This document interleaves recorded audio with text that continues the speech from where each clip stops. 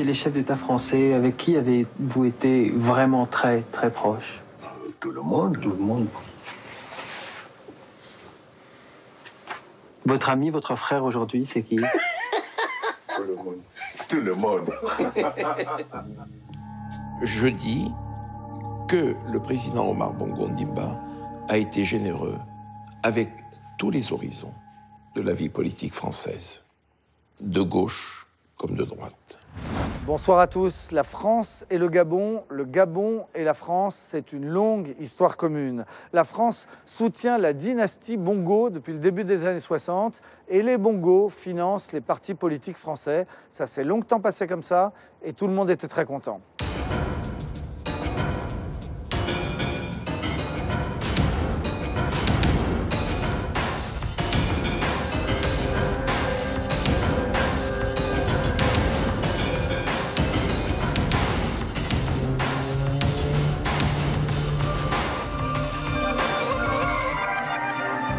Ce soir, Complément d'enquête vous raconte donc l'histoire d'Ali Bongo, l'actuel président du Gabon, ce petit pays pauvre en Afrique, pauvre malgré de grandes ressources pétrolières. Ali Bongo, c'est un des 54 enfants d'Omar Bongo. Il a été élevé dans les meilleures écoles françaises. Pour la petite histoire, il a obtenu son bac grâce à un coup de fil de l'Élysée.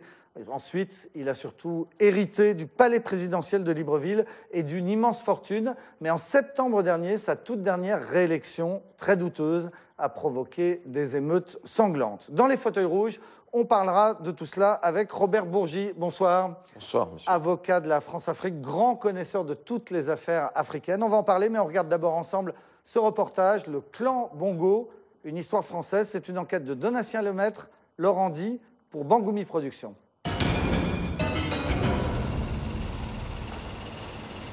Vous allez bien, Monsieur le Président? Ça va, et vous-même? En chemisette, décontracté. Il a l'air d'un vacancier. Voici pourtant l'un des plus puissants chefs d'État africains. Le plus français, en tout cas. Ali Bongo, 58 ans, président du Gabon, un dictateur selon ses opposants. Petit tour dans Libreville, la capitale. C'est lui qui est au volant, mais il est bien entouré par la dizaine de voitures de sa garde rapprochée. J'ai un chauffeur que j'utilise pour les sorties très officielles. Les autres occasions, je conduis moi-même. Pour moi, c'est en même temps une détente que de conduire. Et j'ai un poste d'observation pour voir ce qui se passe et regarder. Une façon pour lui de voir son pays et son peuple, loin de son palais. Ce matin, l'accueil dans les rues est chaleureux.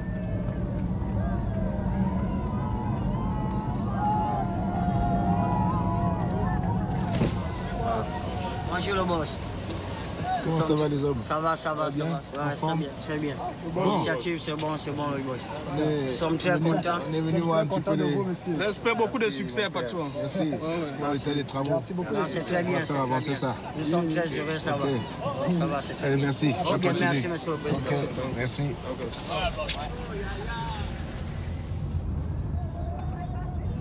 Le contact avec les populations, c'est un moment privilégié. C'est toujours très important de maintenir ce contact-là. Ici, à Libreville, je n'ai pas de problème. Je me promène dans n'importe quel quartier. Il y a des endroits du pays où c'est plus compliqué? Non, pas du tout. Dans tous les coins, tous les endroits, toutes les villes du pays, je me promène sans difficulté.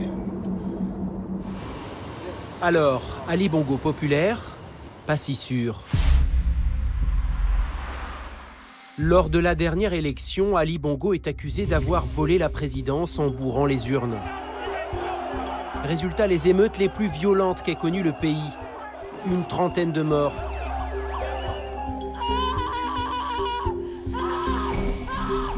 Ali, attention, c'est pas un petit gros. C'est quelqu'un qui peut être parfaitement brutal. C'est Dr Jekyll et Mr Hyde. C'est un type qui peut être policé comme ça, affable, mais aussi extrêmement violent. Il est diabolique. Sans état d'âme, sans cœur, je vous assure. Le Gabon, petit pays d'Afrique de 2 millions d'habitants. Dirigé depuis 50 ans par la même famille, les Bongo. Le Gabon, base arrière de la France, qui s'y fournissait en pétrole, en bois en uranium et en cash. Omar, le père d'Ali, aurait offert des millions d'euros à nos hommes politiques pour financer leur campagne. Giscard, Mitterrand et Chirac. Alors s'il y a quelqu'un d'autre qui vient, je ne sais pas où je le mettrai. Le président Omar Bongo Ondimba a été généreux avec tous les horizons de la vie politique française. C'était du cash, ils le mettaient dans des enveloppes ou des valises. Et puis on donnait à telle personne qui transmettait à telle autre. Voilà. Protégée par la France, la famille Bongo a amassé au cours de son règne une fortune colossale, plus de 500 millions d'euros. Depuis la mort d'Omar en 2009, Ali a pris la relève. Comme lui, il mène une vie de millionnaire, roule en voiture de luxe, passe ses week-ends à Londres et s'offre le meilleur orchestre du monde pour faire de la musique. Pourtant, le nouveau président jure être en rupture avec son papa, roi des coups tordus. J'ai décidé que ma part d'héritage sera partagée avec toute la jeunesse gabonaise. Il y a un côté frustration, un côté freudien d'Ali par rapport au père. C'est-à-dire, après tout, j'ai pas été aimé comme j'aurais dû l'être. Portrait d'une dynastie de chefs d'État. D'un père tout-puissant aux 54 enfants et de son fils mal-aimé qui a bien failli ne jamais lui succéder.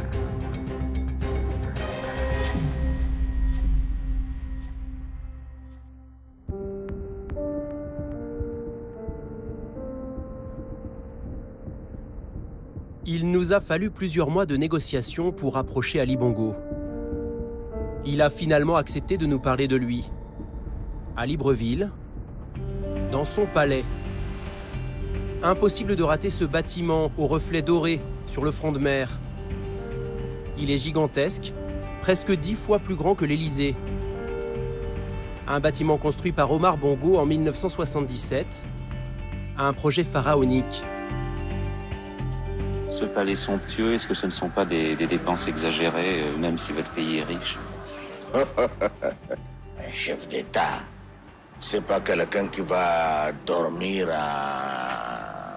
à même le sol ou à la même la belle étoile. Il faut un palais. Aujourd'hui, les temps ont changé. Cette bâtisse luxueuse gêne le fils Bongo. Interdiction de filmer l'intérieur du palais du président, tout en marbre et dorure. Ces quelques images ont été tournées discrètement. Bonjour,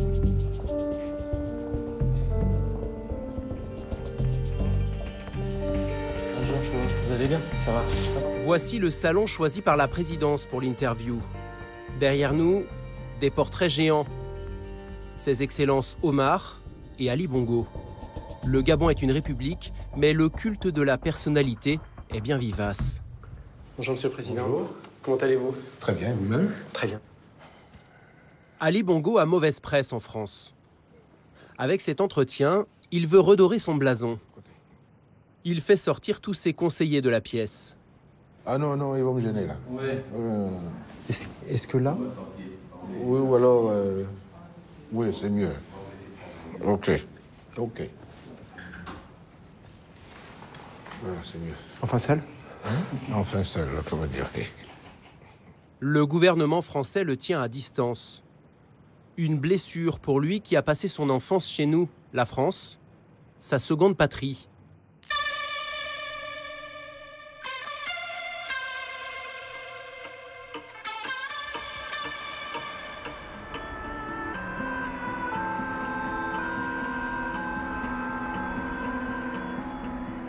Alès, petite ville minière perdue dans les Cévennes. C'est ici qu'Ali Bongo débarque à 6 ans.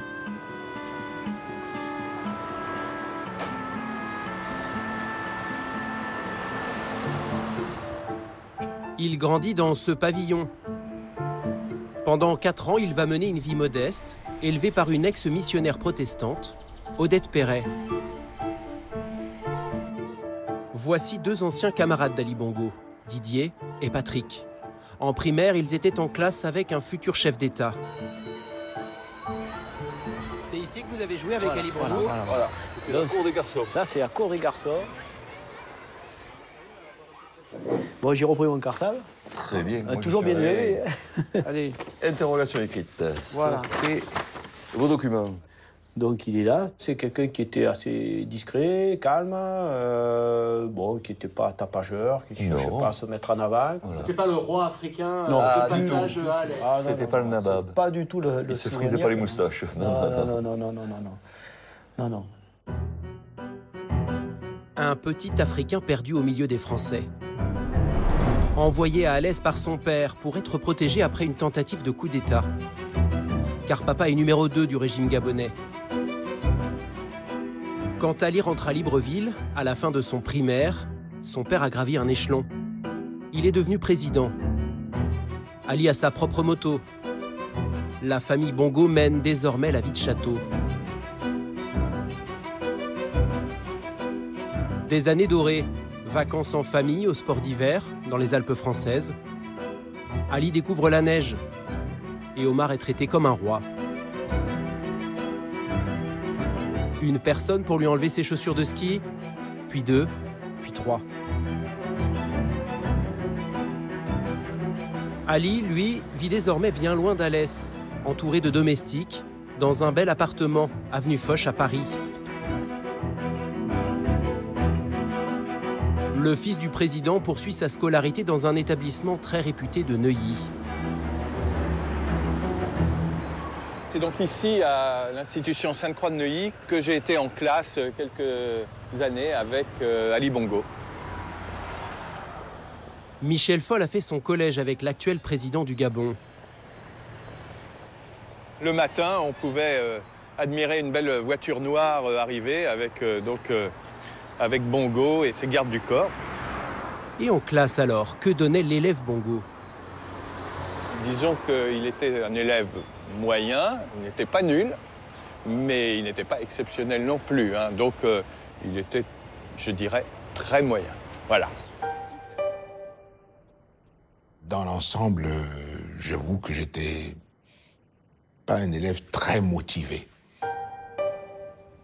Il y a des camarades de classe qui disaient que vous étiez un peu bavard aussi en classe. Oh, il s'exagère.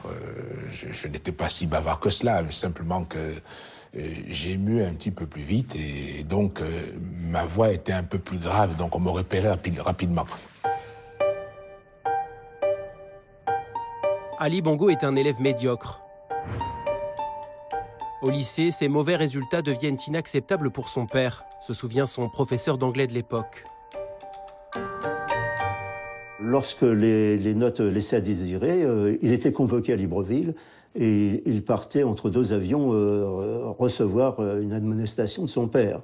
Et je l'ai vu revenir un lundi matin, les traits tirés, les yeux fatigués, et il avait fait l'aller-retour pendant le week-end pour se faire enguirlander par le président. Son père est fou de rage, qu'importe. Ali Bongo n'aime ni les études ni la politique. Il n'a qu'un rêve en tête, devenir chanteur. Sa passion, le funk.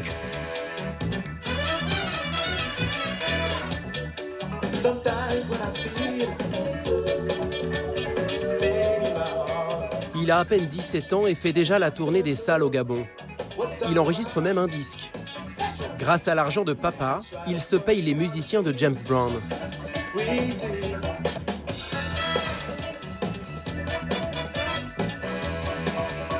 À l'époque, il s'appelle encore Alain. Il changera de prénom après sa conversion à l'islam.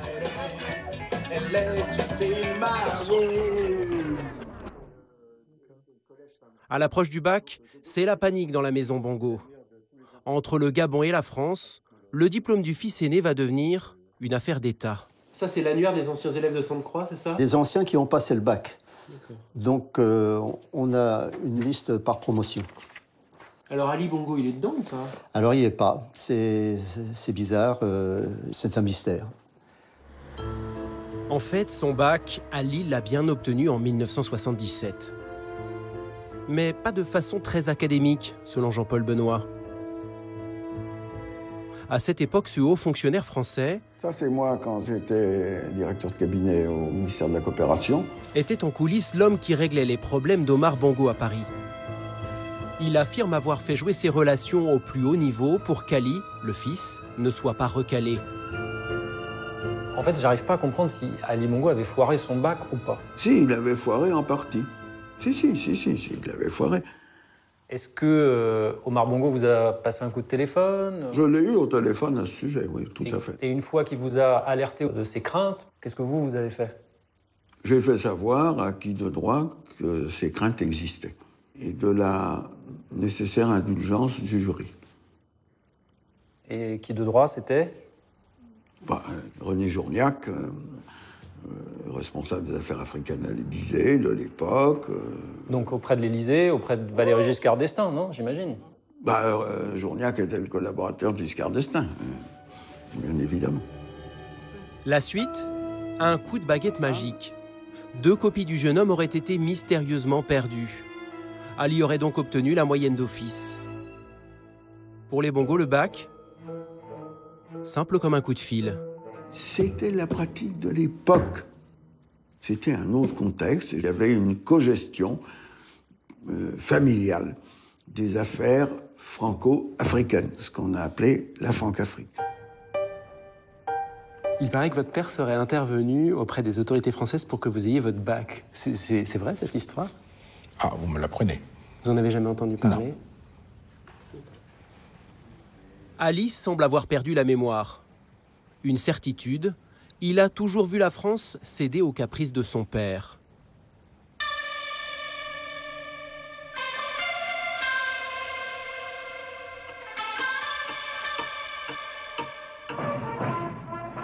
Le nouveau président de la République gabonaise séjourne en France depuis mardi. L'histoire d'Omar Bongo, c'est celle d'un chef d'État mis en place par le général de Gaulle et qui va régner 41 ans sur le Gabon sans jamais perdre une élection. La France l'a choisi pour sécuriser ses ressources en pétrole. Malin, l'homme de paille va aussi largement en tirer profit. La France, sans le Gabon, est une voiture sans carburant. Le Gabon sans la France, c'est une voiture sans chauffeur. Le papa d'Ali a du talent. Le clan Bongo va devenir puissant et surtout très riche. Grâce à un deal incroyable, signé avec la France et son groupe pétrolier, Elf. Dans les eaux gabonaises, des millions de litres de brut sont pompés chaque mois. Et le schéma de la filiale locale est le suivant. En plus d'Elf Aquitaine et de l'État gabonais, 18% des actions sont réservées à Omar Bongo, avec à la clé de jute dividendes versés à son clan. Quand Loïc Le Floch-Prigent prend les commandes d'Elf en 1989, il découvre cet accord secret signé par ses prédécesseurs.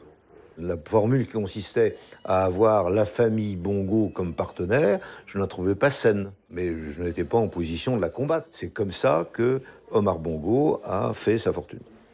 En touchant sur le pétrole, sur ses parts qu'il avait fait dans El Gabon, qui s'est mis dans la tête de ce qu'était un roi d'Arabie Saoudite ou un émir d'Abu Dhabi. Mais les patrons d'Elf seraient allés encore plus loin, en acceptant de verser au président du Gabon de gigantesques bonus. Nous avons mis la main sur un document confidentiel adressé à Philippe Jaffré, le successeur de Loïc Le Floch-Prigent. Dans ce courrier daté de 1996, signé de sa main, Omar Bongo fixe lui-même le montant des commissions à lui verser. Il appelle ça ses frais commerciaux. 10 millions de dollars par trimestre. Pourquoi l'État français, propriétaire d'Elf, a-t-il laissé le président gabonais s'enrichir grassement? La clé de l'énigme se trouve peut-être au palais de Libreville, sur les murs du bureau d'Omar Bongo. Pompidou, Giscard, Mitterrand et Chirac. chez les chefs d'État français, avec qui avez-vous été vraiment très très proche? Tout le monde. Tout le monde. Votre ami, votre frère aujourd'hui, c'est qui? Tout le monde. Tout le monde.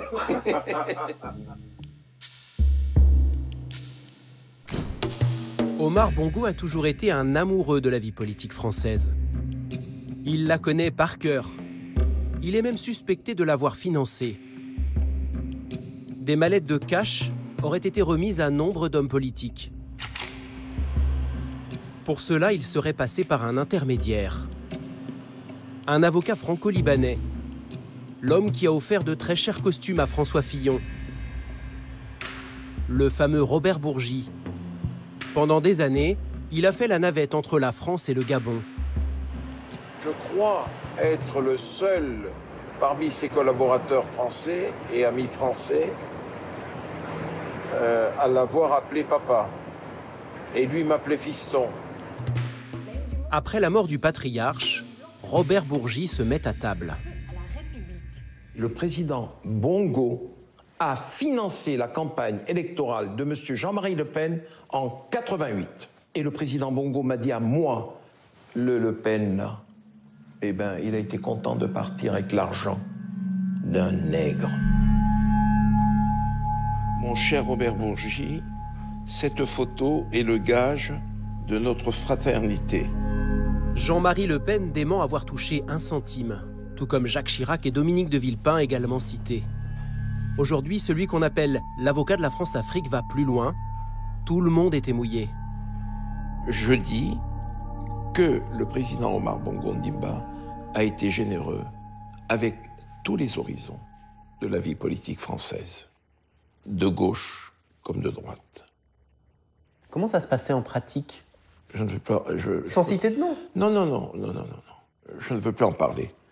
Quand Bongo était à l'hôtel Crillon, toute la classe politique française défilait. C'était du cash, il le mettait dans des enveloppes ou des valises. Et puis on donnait à telle personne qui transmettait à telle autre, voilà. C'était une façon de redistribuer.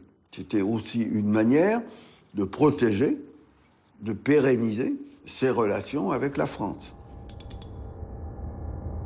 Protégé par la France, Omar Bongo a amassé un énorme magot. Mais combien pèse son trésor secret?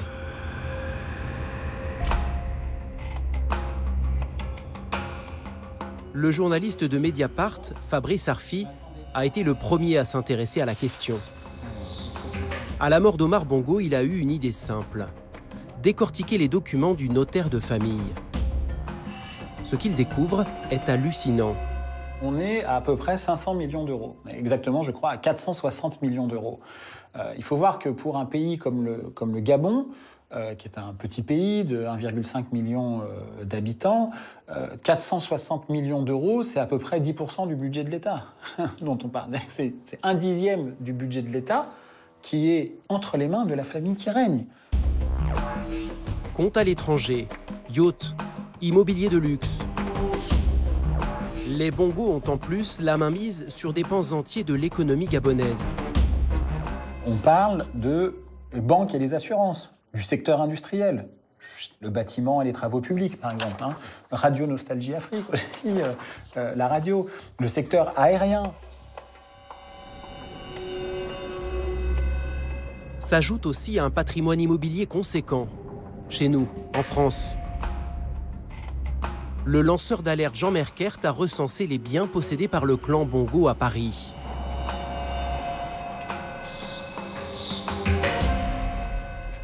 Alors voilà, ici on est chez Omar Bongo, dans un hôtel particulier d'une petite rue privative, la rue d'Aune, dans le très chic 16e arrondissement de Paris. C'est un immeuble qui a été acheté pour 3,5 millions d'euros en 1999. On a vu défiler Jacques Chirac, Dominique de Villepin, Nicolas Sarkozy, François Bayrou. Et des biens comme celui-là, il y en a beaucoup. Alors voilà, ici c'est le 5 rue Laurent Pichard. On a un 8 pièces acheté pour 1 600 000 euros. Alors ici c'est le 4 rue de la Baume. C'est un immeuble absolument colossal. On est dans le 8e arrondissement de Paris, un des plus chers de la capitale. le clan Bongo aurait acquis 33 propriétés en région parisienne. Et 11 autres sur la Côte d'Azur. Il y en aurait pour 47 millions d'euros. La justice française a ouvert une enquête pour détournement de fonds publics. C'est l'affaire des biens mal acquis. Depuis que les juges s'intéressent à sa famille, Ali Bongo semble bouder Paris. Il investit désormais à Londres, dans le quartier huppé de Mayfair.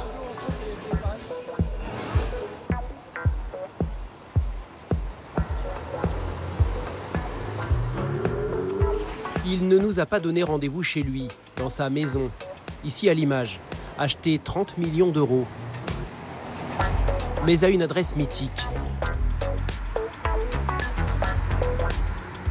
Le studio Abbey Road, celui des Beatles. Drôle d'endroit pour rencontrer un chef d'État.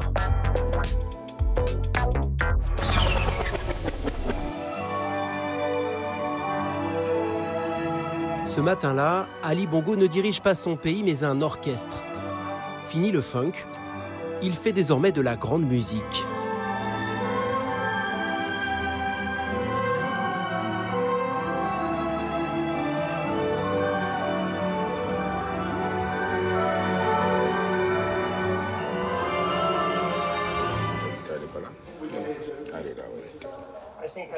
Musicien, président de la République, c'est compatible?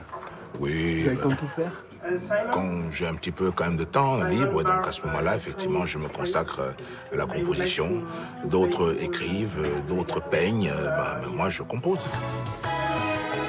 Pour son prochain album, Ali Bongo ne s'est pas contenté de louer le meilleur studio anglais. Il s'est aussi payé la crème des orchestres classiques, le London Symphony Orchestra. Thank you, everyone. We really appreciate this session. This last number is based on a fusion of different rhythm in our country, in Gabon. We really wanted to put all that together, with you in the background. So thank you again. Coût total de cette journée avec 75 musiciens, plus de 35 000 euros. Pas sûr que les ventes de son disque lui remboursent ses frais. Qu'importe, le président est un esthète. Il a une autre passion, elle aussi coûteuse. Les belles voitures, comme son père. Au cours de son règne, Omar a accumulé des centaines de véhicules de luxe. En voici quelques-uns pris en photo discrètement par un employé du garage de la présidence gabonaise.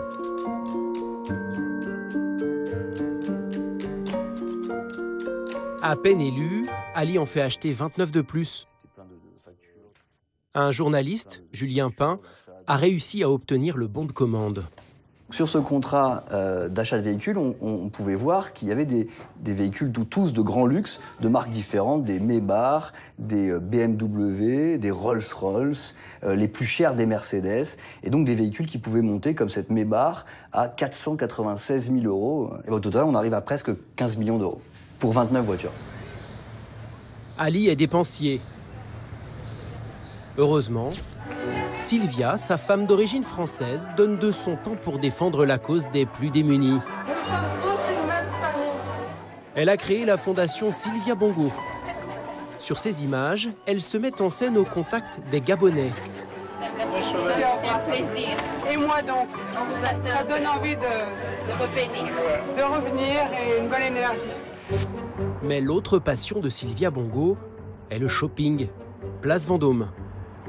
Tracfin, l'organisme de lutte contre le blanchiment d'argent, a mis sous surveillance la carte bleue de la première dame. En un an, Sylvia Bongo a dépensé 1 million d'euros à Paris, dont 132 000 euros chez le joaillier Van Cleef et 144 000 euros chez Hermès. Ce train de vie délirant finit par faire du bruit au pays. Alors en 2015, Ali Bongo va surprendre tout le monde avec un beau cadeau. Mes chers compatriotes, j'ai décidé que ma part d'héritage sera partagée avec toute la jeunesse gabonaise. Car à mes yeux, nous sommes tous les héritiers d'Omar Bongo Ondimba. Cela veut concrètement dire que tous les revenus tirés de ma part d'héritage qui me revient seront versés à une fondation pour la jeunesse et l'éducation. 2 ans plus tard, Ali Bongo a cédé un terrain pour construire une école de musique, un palais pour le transformer en université. Mais sa fameuse fondation, nous l'avons cherchée dans tout Libreville, sans succès. Monsieur le Président, où est-elle donc cachée? Je suis dans la philosophie qui consiste à dire que ce qu'une main fait, l'autre l'ignore. Donc, je n'ai pas besoin de faire la publicité pour toutes les actions que je mène. Nous, on a cherché un petit peu, on ne trouve pas de site officiel, on se pose plein de questions. Est-ce que vous pourriez nous transmettre des documents pour bien comprendre ce que vous avez fait? Officiellement, il n'est pas encore créé. Officiellement, il n'est pas encore créé. Et au niveau des transferts, alors, vous avez déjà transféré combien d'argent? Mais je trouve c'est un peu délicat comme la question que vous me posez là, parce que moi, j'ai déjà transféré un certain nombre de biens dont je dispose. Le reste sera mis dans le cadre de cette fondation-là. Mais vous allez vraiment le faire? Bien, vous savez, ces questions de succession, ça prend beaucoup de temps. Donc, ce n'est pas moi qui fixe ce calendrier-là. Nous n'avons pas encore totalement clôturé. Une succession compliquée, surtout avec 53 frères et sœurs. Pas facile d'être l'héritier d'Omar, ce père qui a si souvent humilié son fils aîné.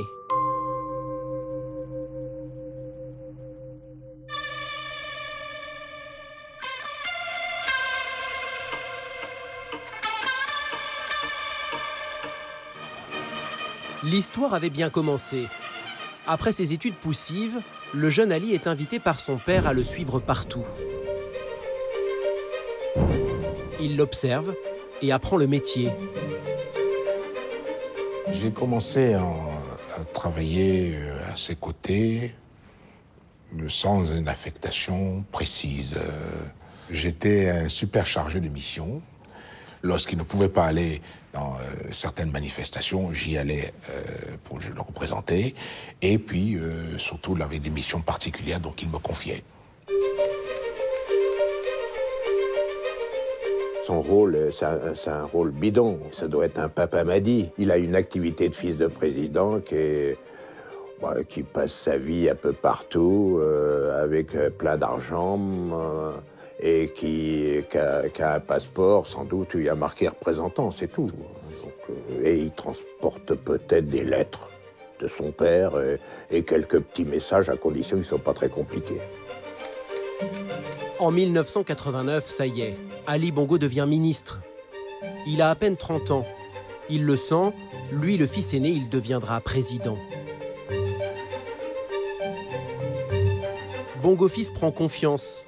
Il veut rénover la vie politique gabonaise, la rajeunir, jusqu'au pas de trop.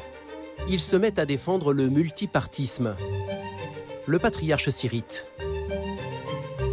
Moi, je vous dis et je vous le confirme, le multipartisme au Gabon, zéro. Tant que je serai là, il n'y en aura pas. Bongo père pète les plombs. C'est la disgrâce. Il décide de débarquer son fils. Ses conseillers trouvent une astuce, une réforme bidon de la Constitution. Donc il a été introduit un article qui indiquait que pour entrer au gouvernement, il fallait avoir l'âge de 35 ans, âge que je n'avais pas à l'époque. C'était une manière de vous écarter. Tout à fait. Donc là, cet article est passé, il a été voté, et bon, j'ai dû donc quitter le gouvernement. Vous avez eu quel sentiment à cette époque-ci? Ah, la manœuvre était belle. Tricard, Ali Bongo se replonge dans la musique. Il fait venir en Afrique le roi de la pop.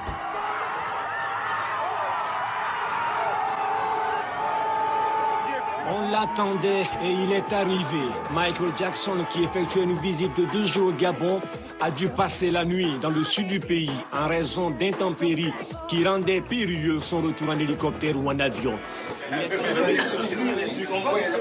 Joli coup. Mais Ali ronge son frein. Pendant ce temps-là, son père l'a remplacé à son poste par sa rivale, Pascaline, sa grande sœur.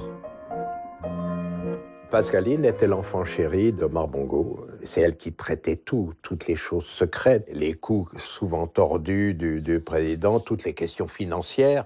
Hein, c'était Pascaline qui dominait tout ça et non Ali. Ali, pendant des années et des années, il était quand même tenu en marge du pouvoir. Pour ceux qui connaissaient un peu, il n'avait quasiment pas de bureau au palais présidentiel. Et si on ne comprend pas cette humiliation-là, on ne comprend pas sa volonté de revanche. Ali va rester 10 ans au placard. Il est rappelé par son père comme ministre des Armées, car Omar n'a plus confiance en personne. Il craint un coup d'État. Ali a retenu la leçon, il ne moufte plus. Peu de temps avant sa mort, Omar en fait son successeur. Pour cela, il doit faire adouber son fils par l'Élysée. Une mission confiée à son émissaire de toujours, Robert Bourgi. Omar Bongo me dit, il faudrait que tu ailles avec Ali voir Nicolas. Je lui dis, pourquoi papa? Il me dit, je voudrais que Nicolas sache que je vais en faire mon successeur. Et nous voilà partis, Ali et moi, en novembre 2008. Le président Sarkozy le reçoit. Il lui dit, écoutez, je prends acte du souhait de votre père, mais je tiens à vous dire ceci, Ali. Il faut que le choix de votre père soit approuvé par le peuple gabonais. 8 juin 2009. Omar Bongo meurt à l'âge de 73 ans.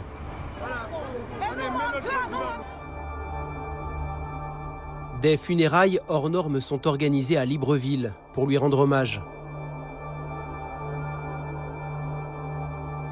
Sous les yeux de son fils et de Nicolas Sarkozy, Jacques Chirac, Patrick Balkany ou Bernard Kouchner. Tout Paris est là.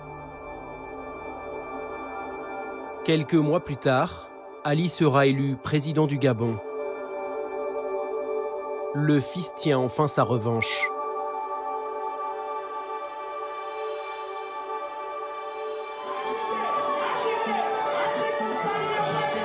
Son premier chantier, mettre fin au système Omar Bongo et à ses mallettes de cash. Il va profiter de la visite du président Sarkozy pour lancer un message à toute la France. Quelques mots qui n'ont l'air de rien, mais un discours historique pour tous les Gabonais.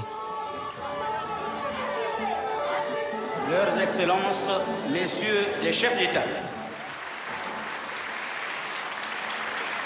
Ce président, vous et moi, ignorons le contenu réel de ce qui est communément et confusément appelé France-Afrique. Mais nous assumons courageusement cet héritage historique, riche aussi bien d'aspects positifs que négatifs. C'est dire que l'heure est venue de faire émerger un réel partenariat gagnant-gagnant à la mesure des aspirations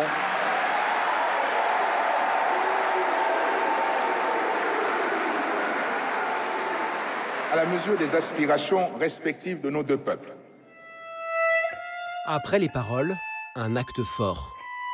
Ali coupe la tête de la figure de la France-Afrique, l'encombrant Monsieur Bourgi. Aujourd'hui, vous entretenez quel rapport avec Ali Bongo? Aucun. Je n'en veux pas. Il m'a écarté. J'ai commencé à traverser le purgatoire. Peut-être que j'ai été un témoin gênant. Il a mis fin au système des mallettes. Du coup, vous n'avez plus de travail? Comment vous dire, c'est un bureau honorable. Je n'ai pas besoin de l'argent d'Ali Bongo Ndimba. Loin de là. Au contraire, je me sens plus riche sur le plan du cœur.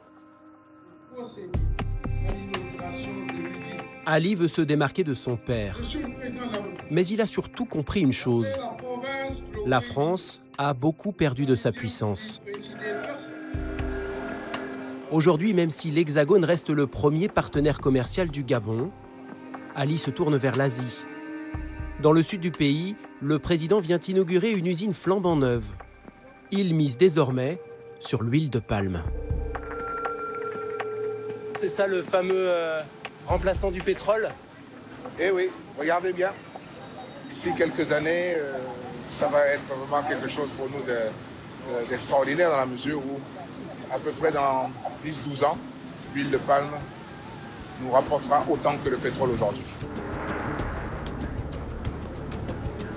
Ce marché du futur a été confié à une entreprise de Singapour. Inimaginable au temps d'Omar Bongo. Est-ce que le fait que ce ne soit pas une entreprise française, par exemple, qui soit venue, c'est le signe qu'il y a quelque chose qui a changé dans la relation avec la France? Non, rien n'a changé, tout simplement c'est du business. C'est tout simplement du business. Nous avons dit, nous voulons développer le Gabon. Et nous sommes ouverts au partenariat. Il y en a qui viennent, il y en a qui ne viennent pas.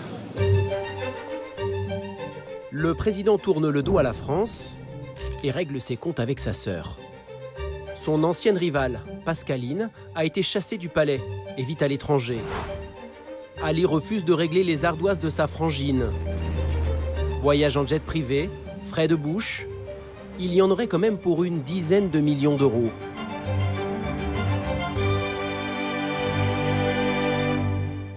Vous les auriez payés, vous? C'était des dépenses professionnelles, personnelles? Non, mais vous les auriez payés? Moi, je ne les ai pas. Bon, en tant que président, je suis responsable de ce qui concerne, tout ce qui concerne l'État. Si ces dépenses ne sont pas liées à l'État, eh bien, l'État n'a pas à les honorer. Ali se pose au service de son peuple. Il a convoqué la presse dans le sud de Libreville pour une visite de chantier. Le président a promis de goudronner 3600 km de route dans un pays qui en manque cruellement. Cet axe que nous venons d'emprunter pourra être, Inch'Allah, opérationnel à la fin de l'année. Vous voulez donner l'image d'un président bâtisseur et populaire? Ce n'est pas l'image, c'est ce que je suis. Je suis un bâtisseur. Et donc, ça m'intéresse d'être sur les chantiers pour contrôler, pour voir ce qui se fait et pour encourager les hommes.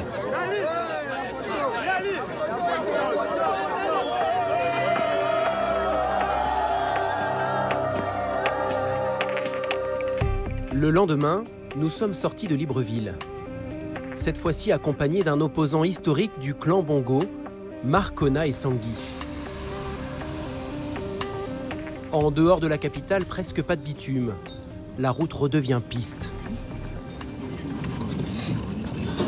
C'est un peu tape-cul, hein? Ah bah oui, tout simplement parce que l'État n'a pas honoré ses engagements.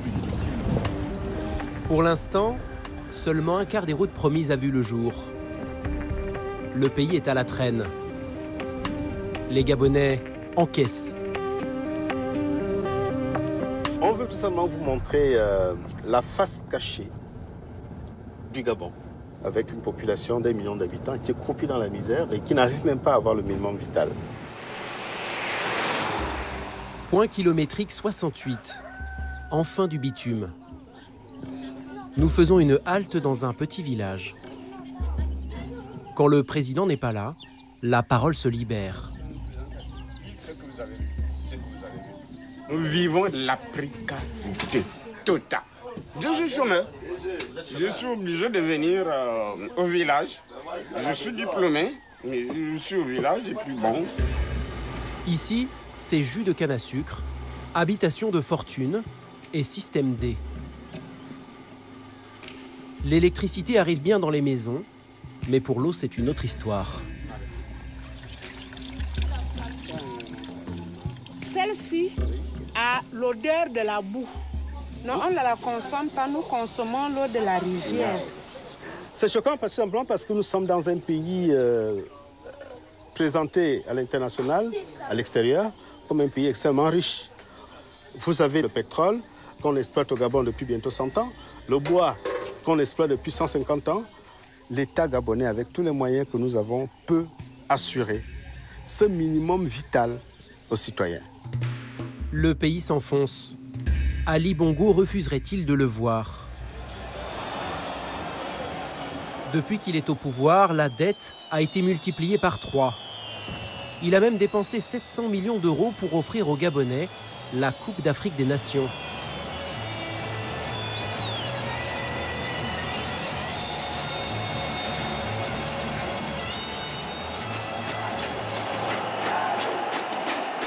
Avec cet événement, Ali espère peut-être faire oublier à son peuple ce triste jour du 31 août 2016, date des résultats de la dernière élection présidentielle.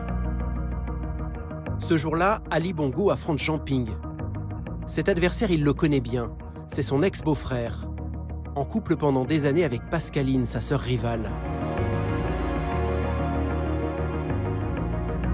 Au fil de la journée, les résultats tombent. Il donne Jean Ping vainqueur. Il est persuadé d'avoir gagné. Qui est le président de la République gabonaise? C'est moi, Jean Ping. Mais à 17h, coup de théâtre. Est élu Bongo Ondimba Ali avec 177 722 voix, soit 49,80%.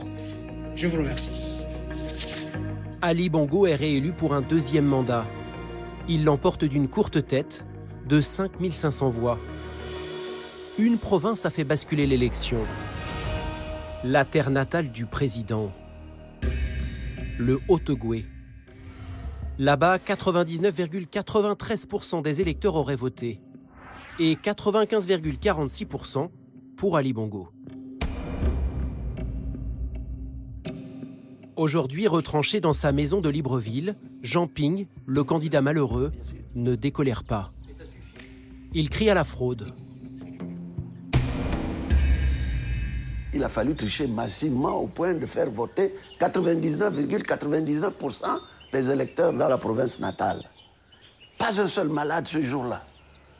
Tous étaient là, comme par hasard. Et le résultat a fait en sorte que là-bas, uniquement là-bas, les résultats soient complètement faussés.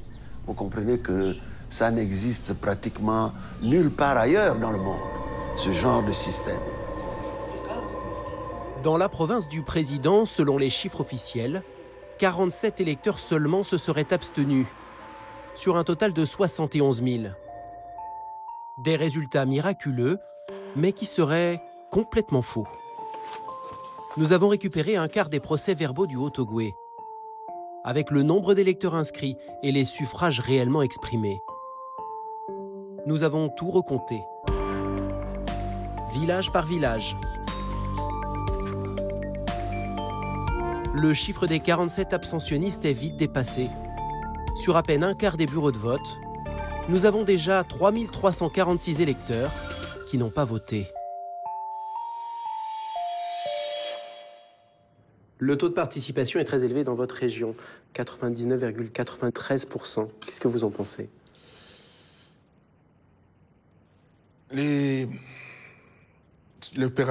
élections sont maintenant derrière nous. Les taux de participation dans certaines provinces ont toujours été très élevés. C'est mathématiquement quasi impossible. La Cour constitutionnelle a répondu à cela et donc je vous engage à voir ce que la Cour constitutionnelle a publié comme vrai résultat et vous verrez vous-même. Le 31 août 2016, Ali Bongo est réélu. Personne n'y croit. Pour la première fois, le paisible Gabon va connaître le chaos. Ali Bongo ne restera pas.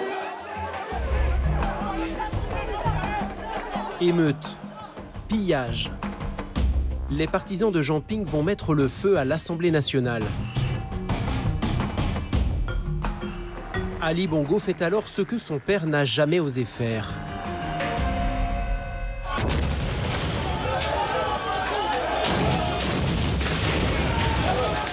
En pleine nuit, il lance l'assaut contre le QG de Jean Ping, où s'abritent des centaines de Gabonais.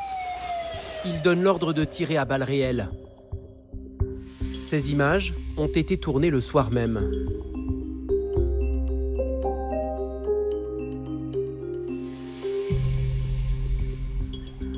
sommes retournés sur les lieux avec des membres de l'opposition qui étaient présents lors de l'assaut des forces spéciales.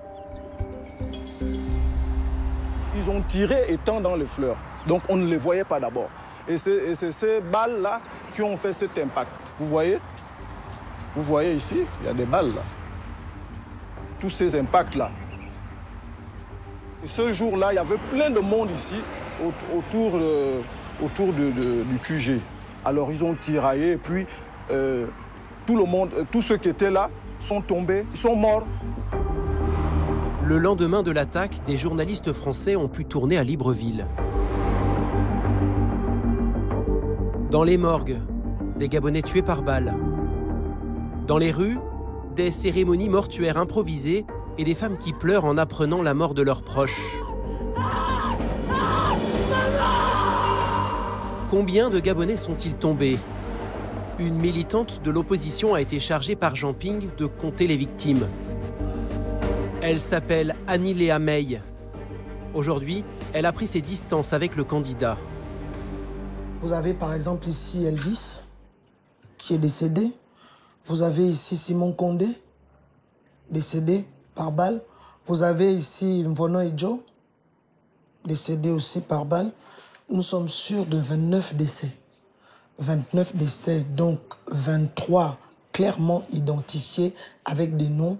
Et les autres, les parents n'ont pas voulu nous donner les noms, révéler leur identité. Toutes ces personnes n'ont fait que revendiquer leur vote.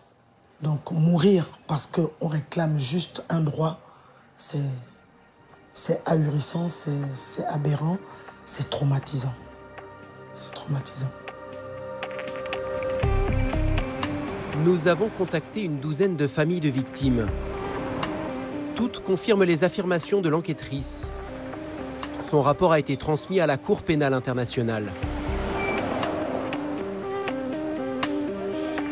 Le président conteste ce bilan. Selon lui, seuls 4 pillards auraient été abattus. Aujourd'hui, Ali Bongo veut tourner la page. Il a même de l'espoir pour le Gabon et pour lui. Je souhaiterais pouvoir me retourner en arrière pour me dire que le chemin parcouru a été bon. Et j'espère, dans 7 ans, pouvoir me dire que j'ai bien travaillé. Votre père a une longévité de 40 ans à la présidence. Vous imaginez faire autant? Ça me paraît difficile. D'abord, j'ai pas le même âge. Et puis, les temps sont totalement différents. Je crois qu'on ne peut pas comparer les époques. Les époques ne sont pas comparables. Donc, c'est une situation difficilement envisageable. Ali le sait. Le pays gronde et rien ne dit qu'il pourra terminer son mandat. Après un demi-siècle de pouvoir, les Bongo pourraient bien voir le trône leur échapper.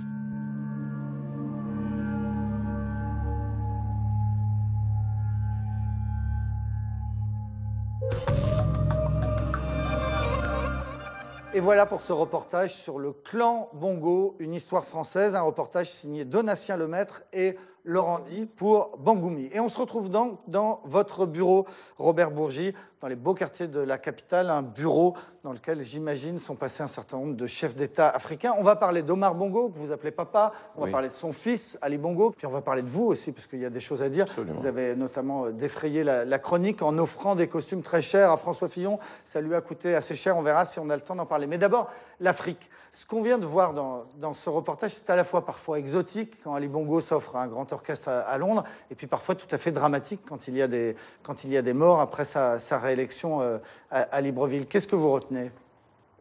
Je voudrais tout d'abord féliciter les auteurs de ce reportage.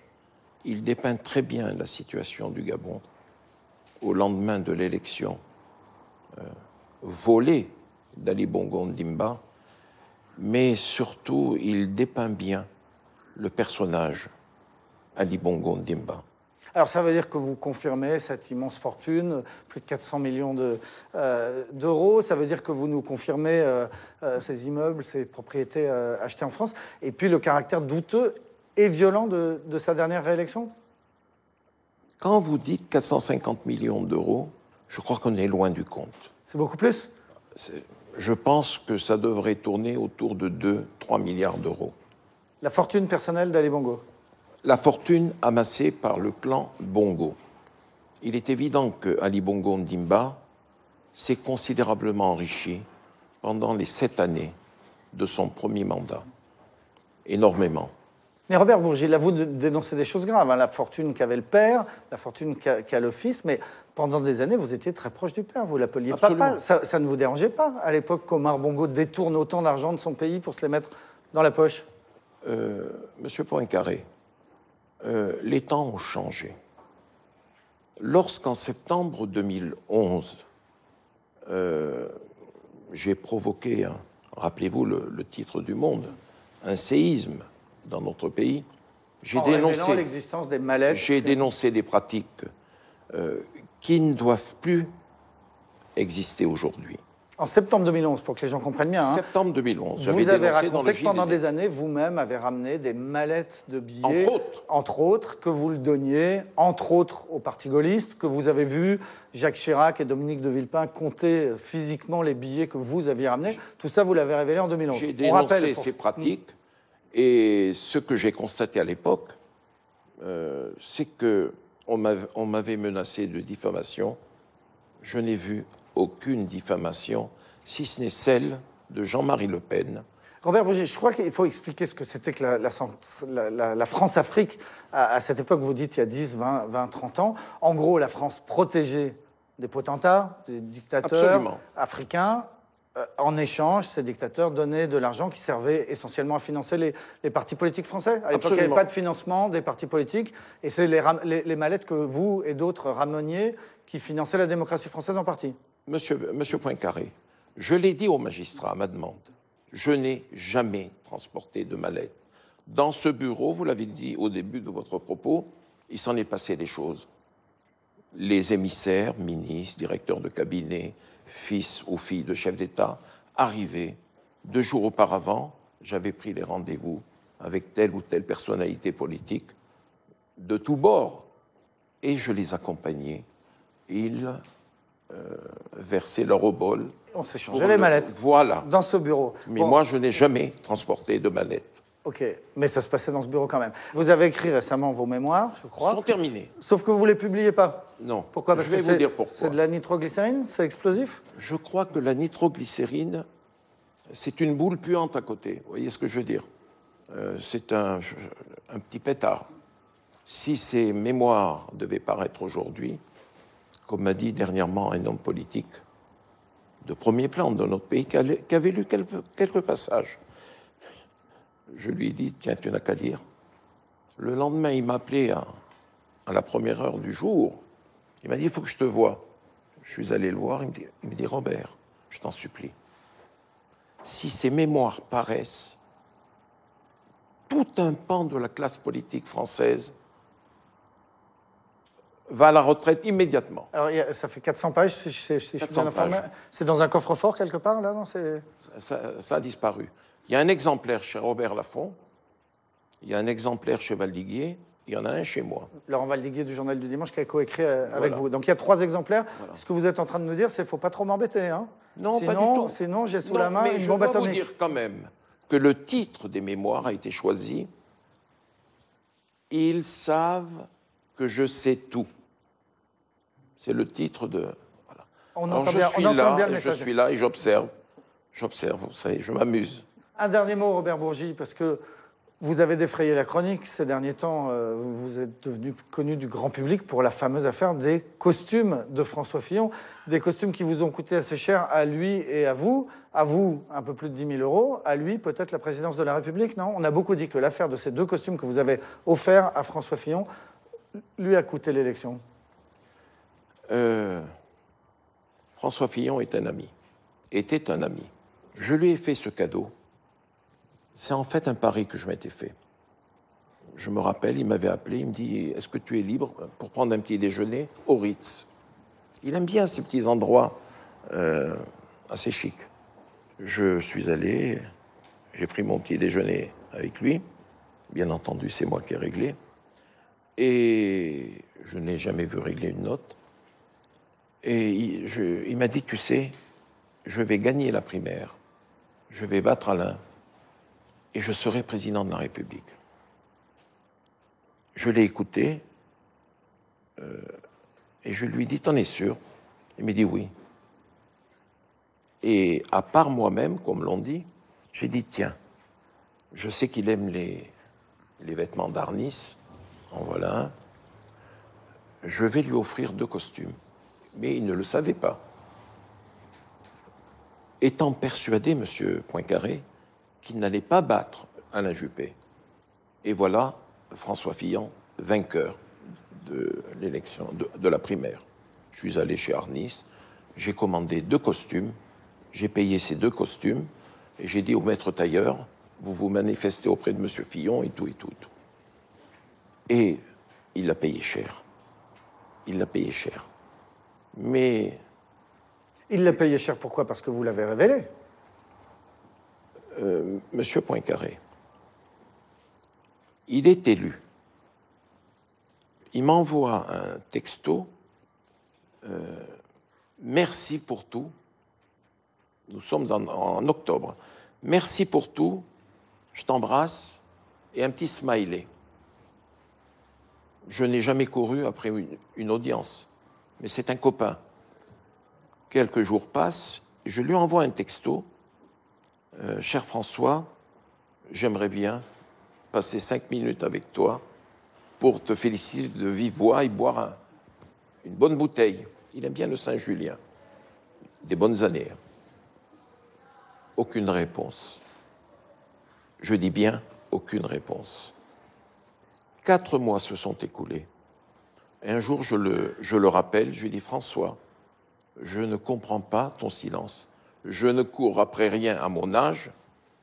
Il m'a dit, j'ai la tête sous l'eau, je n'ai pas le temps de te voir. J'ai rien dit.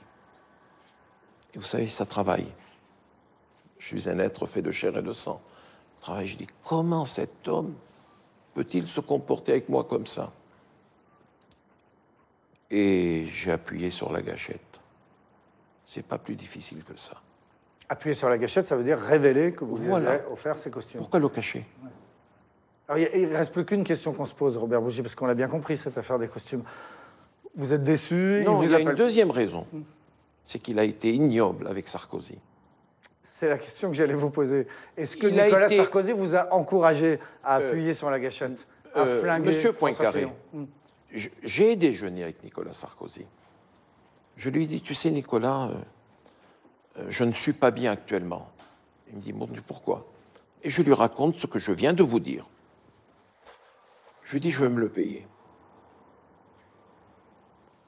Il me dit, ben écoute, de toute façon, même si je te disais le contraire, je connais ta détermination, tu vas le faire. Je lui dis, je vais le faire, Nicolas. Je ne veux pas que cet homme rentre à l'Élysée. Il n'en est pas digne.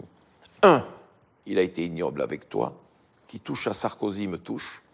2, d'avoir, en janvier, dit, si je suis mis en examen, je ne me présenterai pas. Il a oublié ce qu'il avait dit en janvier. Ça, je ne l'accepte pas. Je me rappelle qu'à la fin du déjeuner, il m'a conduit jusqu'à la porte. Il m'a embrassé comme il le fait à chaque fois. Tu vas le faire, Robert? Je lui dis, c'est comme si c'était fait. Il me dit, alors il ne sera pas président. Là, tu vas le tuer. Et voilà. Et voilà ce qui est arrivé. Et voilà comment vous venez de nous dire que vous avez appuyé sur la gâchette. Merci beaucoup, Robert Bourgi, pour ces informations sur les costumes de François Fillon et surtout sur Ali Bongo, le président gabonais à qui nous consacrions cette émission. Avant de se quitter, je voudrais vous dire que Tristan Ouellex et Mathieu Régnier viennent d'obtenir le prix Albert Londres. C'est le prix le plus prestigieux en matière de télévision. Ils l'ont obtenu pour leur enquête, pour complément d'enquête qui s'appelait Vincent Bolloré, un ami qui vous veut du bien. Et naturellement, toute l'équipe de complément d'enquête est particulièrement fière de ce prix et notamment que ce prix soit attribué pour ce sujet-là. Voilà ce qu'on voulait vous dire ce soir. Merci à ceux qui m'ont aidé à préparer cette émission. Thomas Auro, Clément Castex et Samuel Humez à la rédaction en chef.